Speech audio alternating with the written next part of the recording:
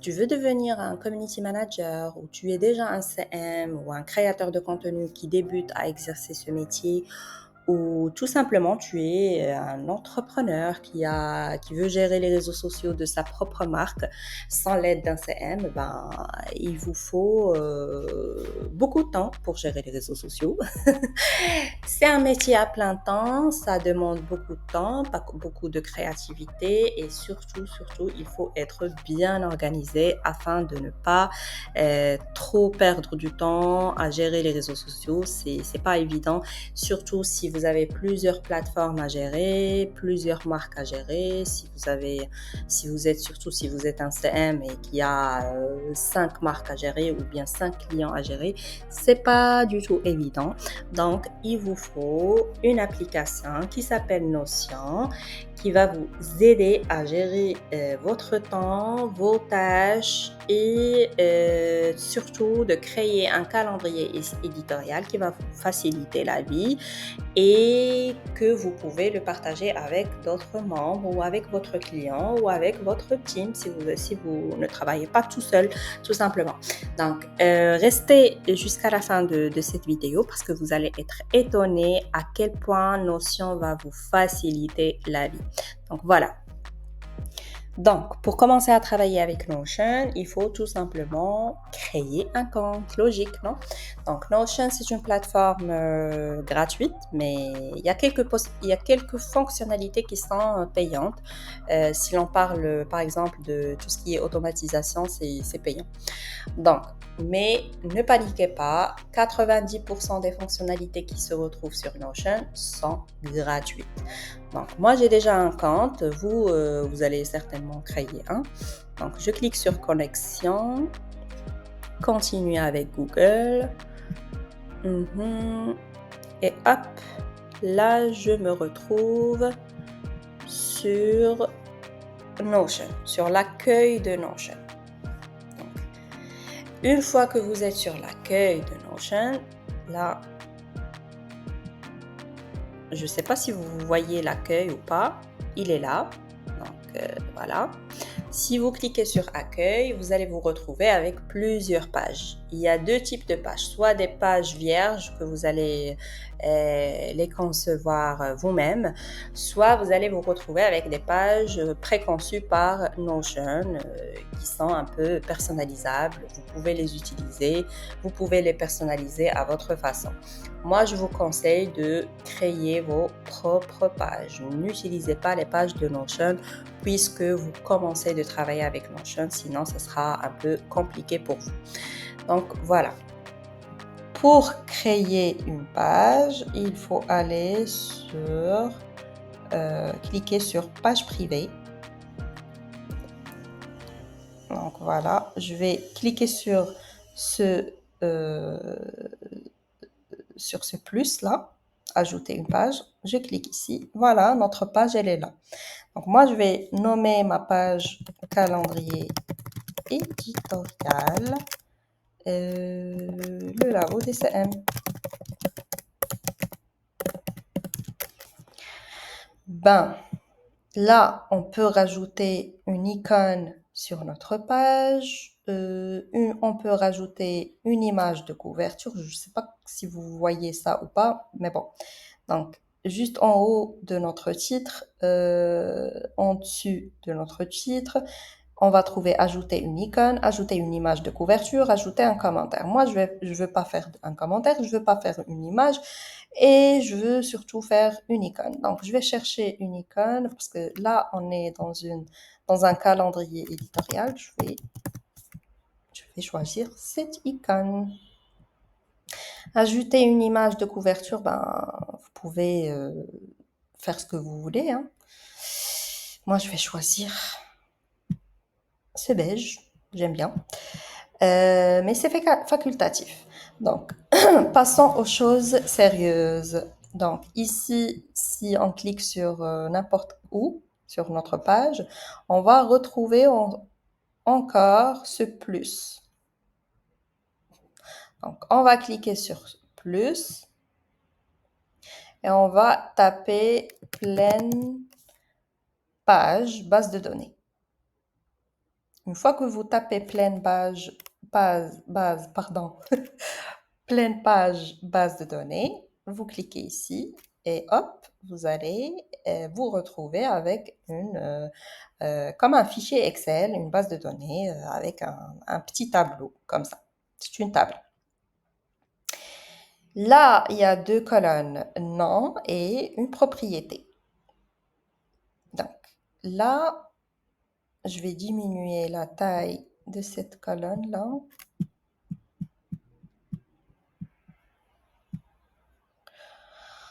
Enfin, pour diminuer la taille, il faut tout simplement cliquer ici et redimensionner les dimensions de notre colonne.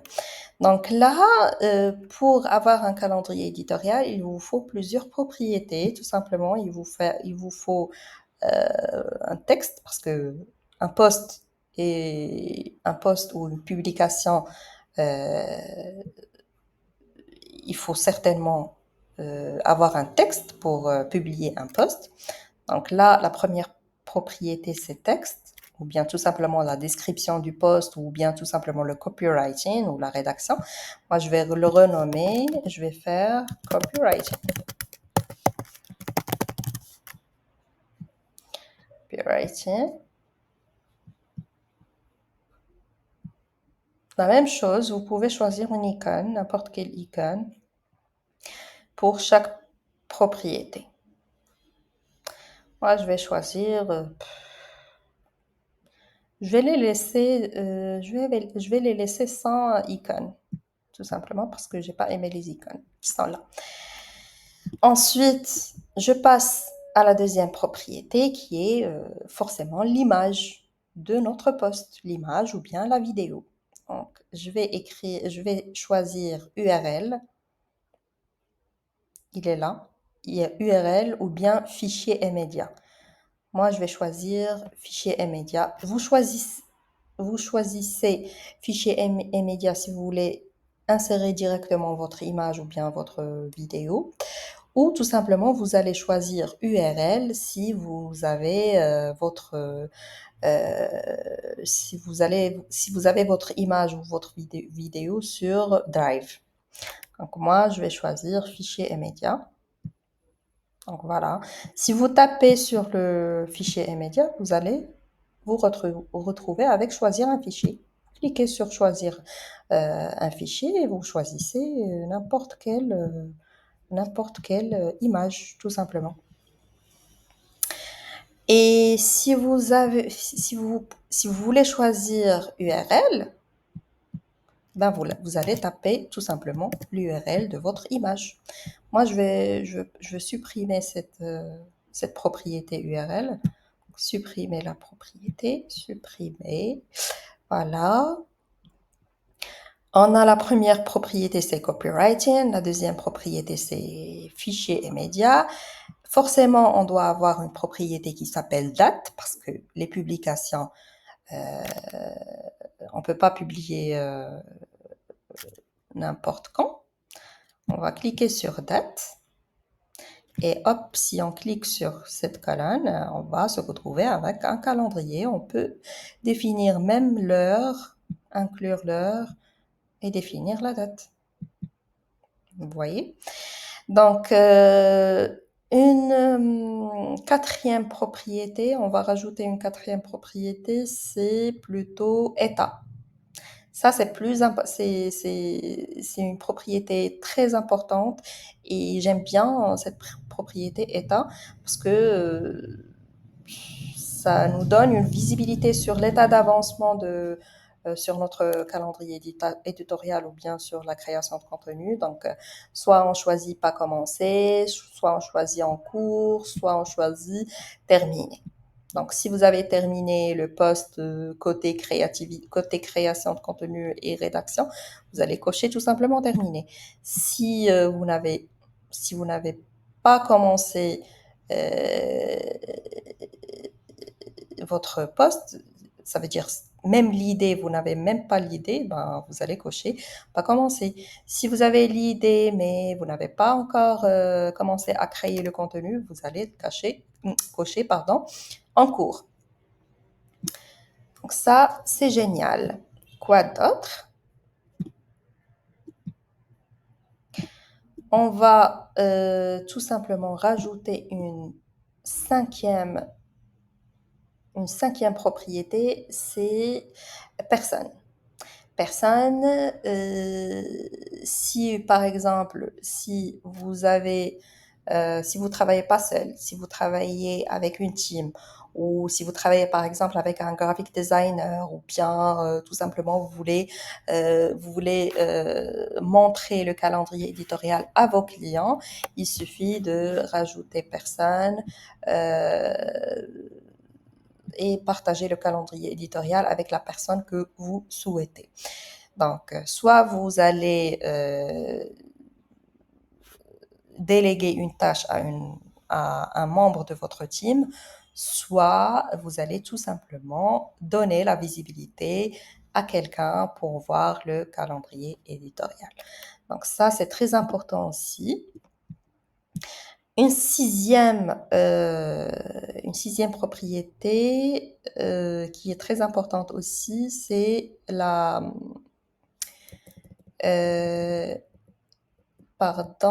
attendez. C'est la sélection multiple.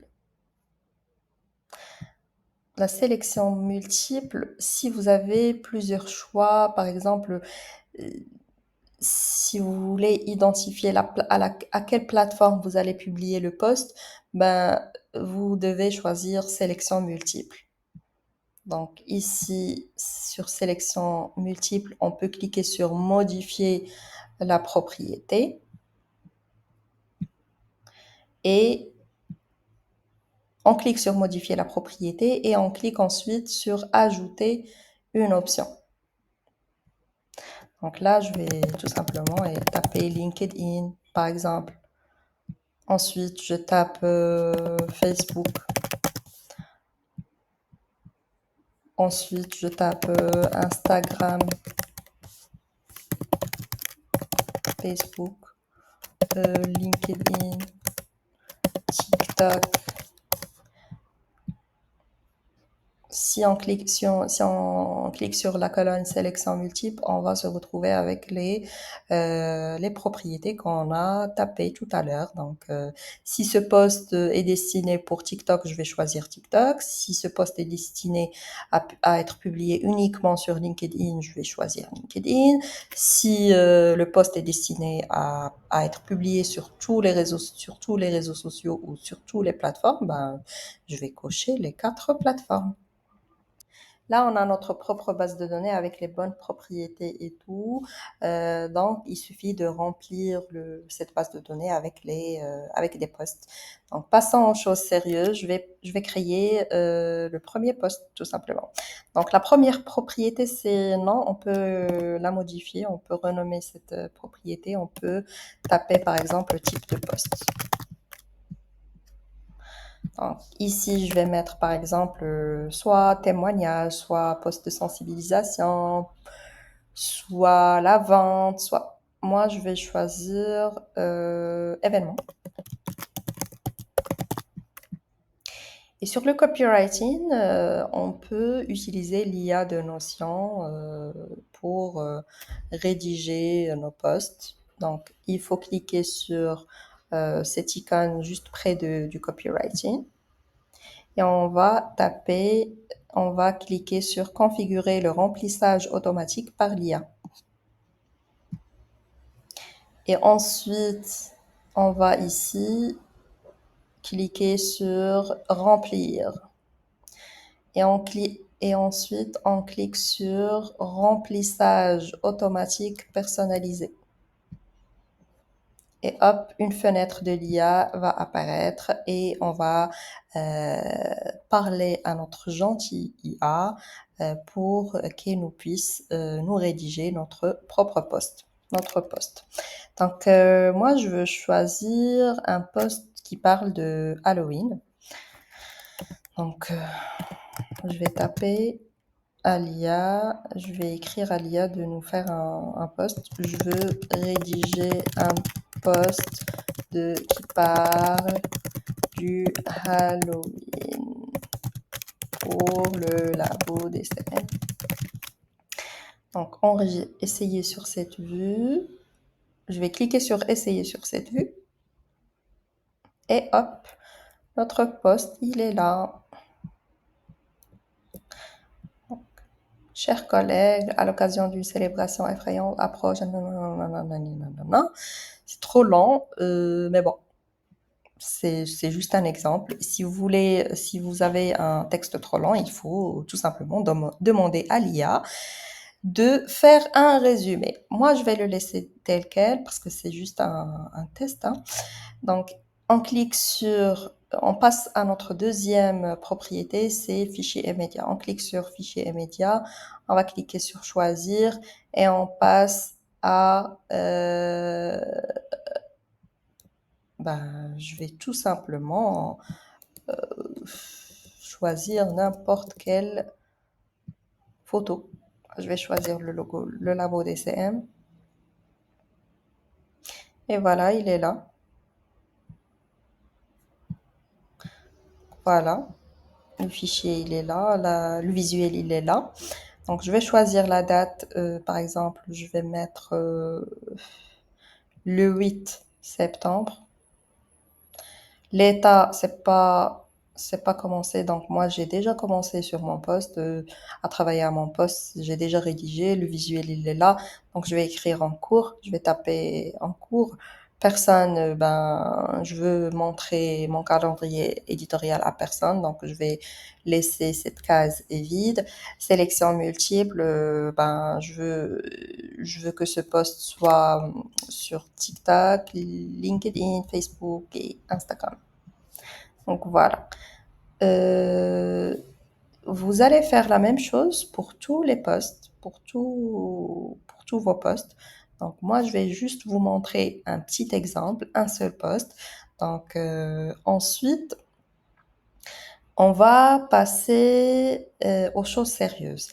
Là, on a notre base de données, mais normalement, pour un calendrier éditorial, c'est pas l'idéal de l'afficher sur une base de données ou bien comme un fichier Excel. Donc l'idéal pour montrer en tant que CM, l'idéal pour montrer votre calendrier éditorial à valider avec votre client, l'idéal est de l'afficher sous forme d'un calendrier parce que il s'agit d'un calendrier éditorial. Donc tout simplement, il faut cliquer sur, par exemple, on a la table, juste en dessus de type de poste, on va retrouver table. Eh ben, on va cliquer juste à côté de table, on va cliquer sur ajouter une nouvelle vue. On va taper sur ce petit plus, ajouter une nouvelle vue. Et hop, on va se retrouver avec plusieurs types de vues ou bien plusieurs types d'affichage. Donc, soit on va afficher notre calendrier éditorial sous forme de table, soit sous forme de Kanban, soit sous forme de galerie, soit sous forme de liste, soit sous forme de graphique, formulaire, calendrier, fil d'actualité, chronologie. Moi, je vous recommande, bien sûr, je vous recommande de choisir calendrier. Voilà. Nom de la vue, je vais renommer notre nom de la vue comme calendrier éditorial du mois de septembre 2025. Et on va cliquer sur terminer. Et on va, voilà, notre post événement, il est là. Le type de post événement, il est là. Mais par contre, on peut pas voir sur notre calendrier, on peut pas voir ni le visuel, ni la rédaction, ni les plateformes. Donc, pour faire ça, pour faire afficher ces propriétés, il suffit d'aller sur visibilité des propriétés, juste ici. Visibilité des propriétés, pardon. On va cliquer sur ce petit œil, copywriting. On veut afficher le copywriting, donc on clique sur l'œil copywriting. Ben voilà, un petit aperçu de notre texte. est affichée sur le calendrier. La date, elle est déjà là. Fichier immédiat, je veux afficher le fichier immédiat, ben voilà, le visuel, il est là, il vient d'apparaître. Sélection multiple, ben voilà, ils sont affichés juste là. Et état, c'est en cours. Donc voilà, notre premier post, il est affiché sur notre calendrier éditorial. Si vous voulez rajouter un deuxième post, il suffit de cliquer sur n'importe quelle date ici. Par exemple, je vais choisir 12, le vendredi, le 12 septembre. Et hop, vous allez vous retrouver avec les propriétés qu'on a déjà créées et vous allez remplir chaque propriété avec les éléments qui correspondent. Donc voilà, là maintenant on a notre calendrier prêt à être partagé. Donc si vous êtes un CM freelance donc vous allez le partager avec votre client. Si vous travaillez dans une agence de com, c'est possible de le partager avec un membre de votre team ou bien toute la team, hein, graphic designer, manager ou tout simplement, je sais pas moi, un autre community manager ou bien n'importe quel membre de l'agence. Voilà, pour le partager, il suffit d'aller sur partager, il suffit de cliquer sur partager en haut. Vous allez trouver un bouton qui s'appelle un bouton partager. Donc, vous allez cliquer sur partager et vous allez taper l'adresse mail de l'adresse mail de la personne à laquelle vous voulez partager le calendrier. Et vous cliquez ensuite sur inviter. Et une fois que vous allez cliquer sur inviter, la personne va recevoir un mail automatique sur sa boîte mail, une notification qui va le renvoyer vers Notion. Et une fois que la personne va cliquer sur la notification sur son mail, elle va se retrouver sur la plateforme Notion. C'est comme Notion, c'est comme un drive. Il faut savoir un truc, c'est que une fois que vous êtes il faut savoir un truc, c'est que une fois que vous allez commencer à travailler avec Notion pour la première fois, vous allez être un peu perdu et c'est tout à fait normal. Moi-même, quand j'ai commencé à travailler avec Notion, j'étais totalement à la plaque et je vous rassure que c'est un truc normal. C'est question de temps, c'est question d'habitude. Ben, step by step, vous allez vous habituer petit à petit. Donc, je vous recommande de continuer à travailler avec Notion, même si vous vous sentez un peu perdu. Et avec le temps, au fil de temps, vous allez vous habituer avec la plateforme. Et par contre, il y a des recommandations que je veux vous les présenter pour vous faciliter la vie une fois que vous êtes sur Notion pour la première fois. Donc, si vous vous sentez un peu perdu, il faut tout simplement aller sur l'accueil. Il faut revenir à l'accueil à chaque fois. Donc, l'accueil, il est là. La page d'accueil, elle est là. Donc, je vais cliquer sur accueil. Hop, une fois qu'on clique sur accueil, on va se retrouver avec l'ensemble des pages qu'on a sur Notion. Il y a deux types de pages. Soit des pages qui sont préconçues par Notion, qui sont déjà qui sont déjà faits par Notion. Il suffit d'aller sur la page et la personnaliser de votre manière, avec vos propres données, avec vos propres caractéristiques et tout. Et aussi, il y a des pages que vous allez les concevoir par vous-même. Donc, autant que débutant, je vous recommande pas du tout d'utiliser les pages de Notion. Parce que les pages de Notion, elles sont un peu avancées. Et si vous voulez les personnaliser, si vous allez avoir cette envie de les personnaliser avec vos propres données, ça va pas le faire. Donc, vous allez vous retrouver vous allez vous retrouver dans une page très compliquée avec trop d'informations, avec trop de caractéristiques et vous allez avoir des difficultés à les personnaliser. Donc, je vous recommande de créer vos propres pages de A à Z. Tout simplement, il faut aller sur page privée, cliquer sur ajouter une page et vous cliquez sur ajouter une page. Donc, les pages de Notion, pour le moment, autant que débutants, laissez-les à part. Donc ça, c'est ma recommandation pour vous. La troisième recommandation, c'est qu'il faut personnaliser vos pages identifier facilement vos pages, il faut tout simplement les personnaliser. Par exemple, notre page qu'on vient de créer, calendrier éditorial, elle est là. Ben, si on clique dessous, on va se retrouver avec une page avec une image de couverture qu'on peut la modifier à notre propre goût, comme on peut euh, importer une photo de couverture de Canva ou bien de notre bureau. Donc, l'image de couverture, on peut la personnaliser, on peut rajouter une icône qui est adéquate avec le contenu de la page. On peut choisir un titre qui est facilement identifiable.